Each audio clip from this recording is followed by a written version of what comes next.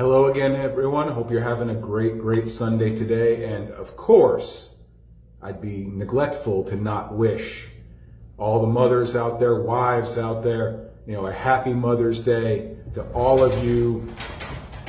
I speak for myself, but I imagine that many of the guys out there, would say the same thing, that you are the backbone that allows us to be who we are. I know my wife, Shelley, certainly is. My mom, Georgette Fernandez, certainly is. I mean, one gave me life, raised me to be the man that I am today, and my wife has allowed me to become the best version of myself and continue to pursue that path. So, I don't know if thank you is good enough. I don't know if I can say thank you enough times to really let them know how much they both, mean to me. Certainly, everyone that they've been talk about people who have supported me every step of the way. There's two of them. There's two of the bigger ones right there. In this particular instance, I wanted all of us to go kind of back in time a little bit, get a little retrospective, like I wrote in my intro.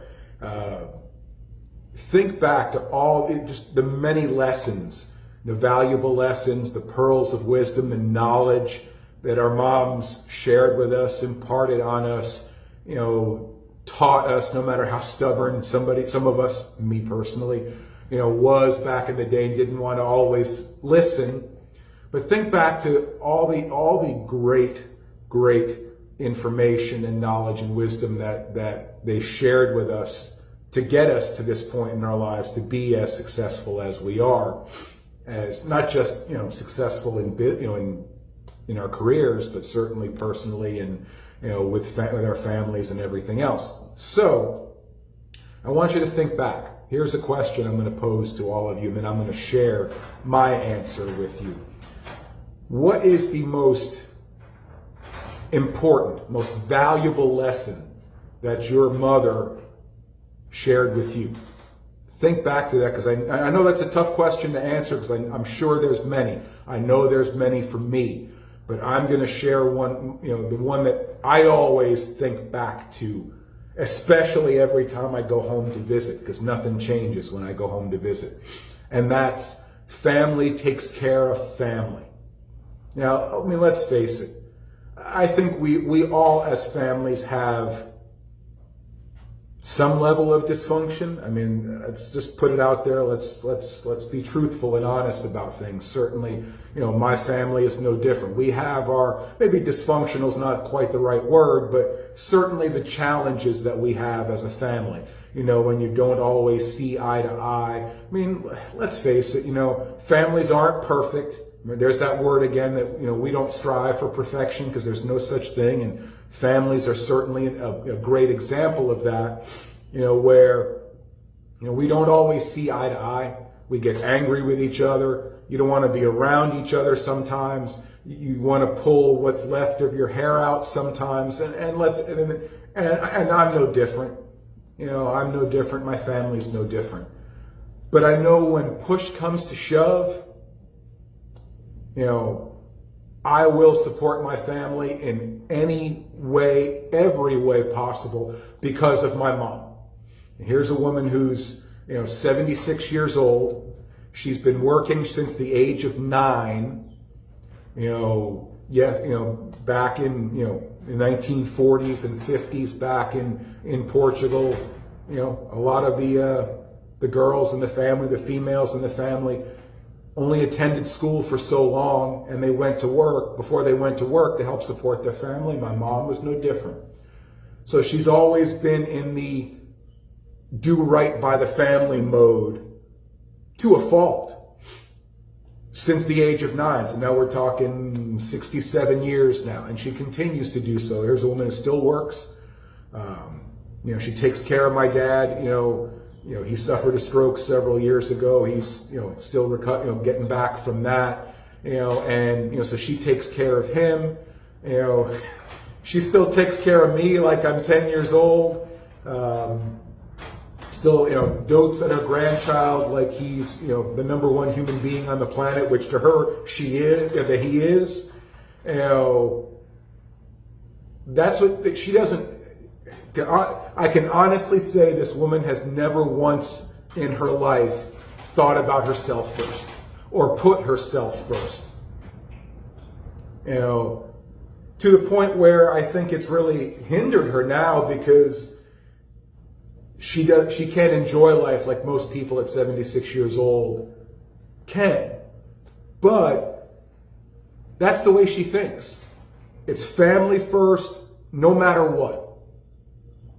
And she will do anything and everything for her family, especially her children, her grandchild. She will go, I mean, there's lengths that most people would not go to that she would. And because she has. You know, I've witnessed it and I see it every time I go back.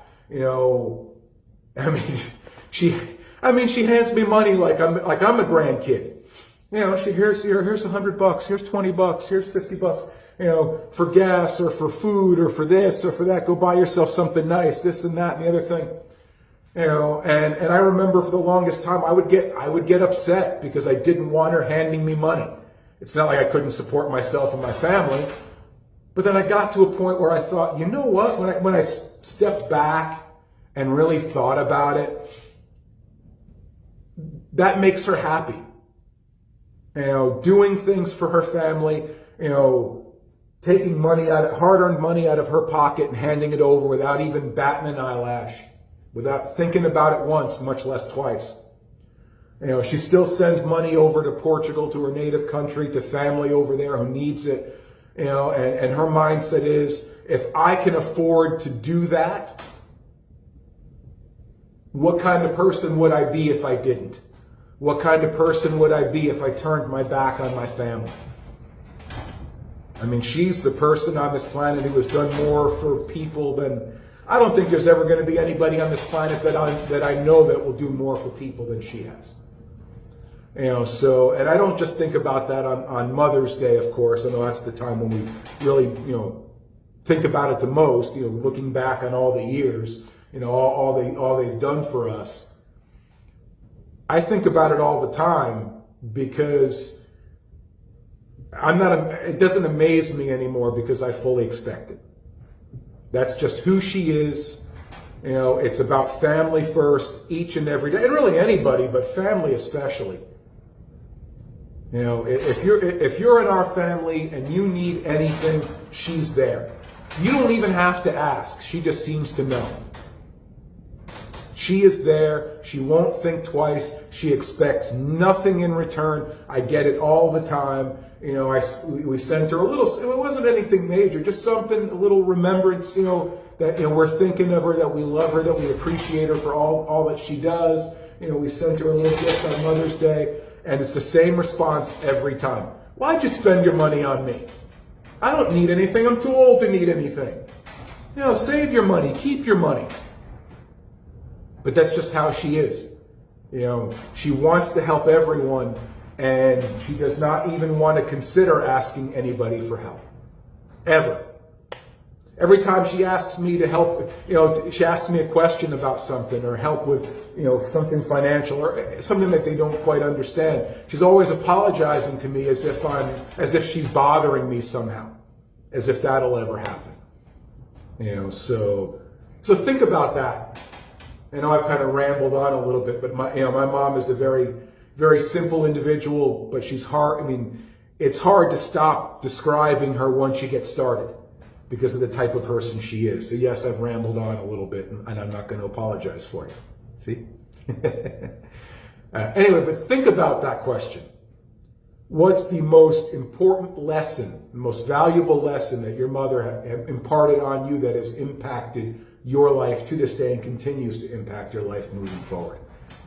I'm sure that's going to be a tough answer to come by, but drop a comment in the comment section below now or when I'm done, and let me know. Let me know what you can come up with. I would love to hear, you know, what you have to say, and just on this, you know, Mother's Day and what your mom means to you.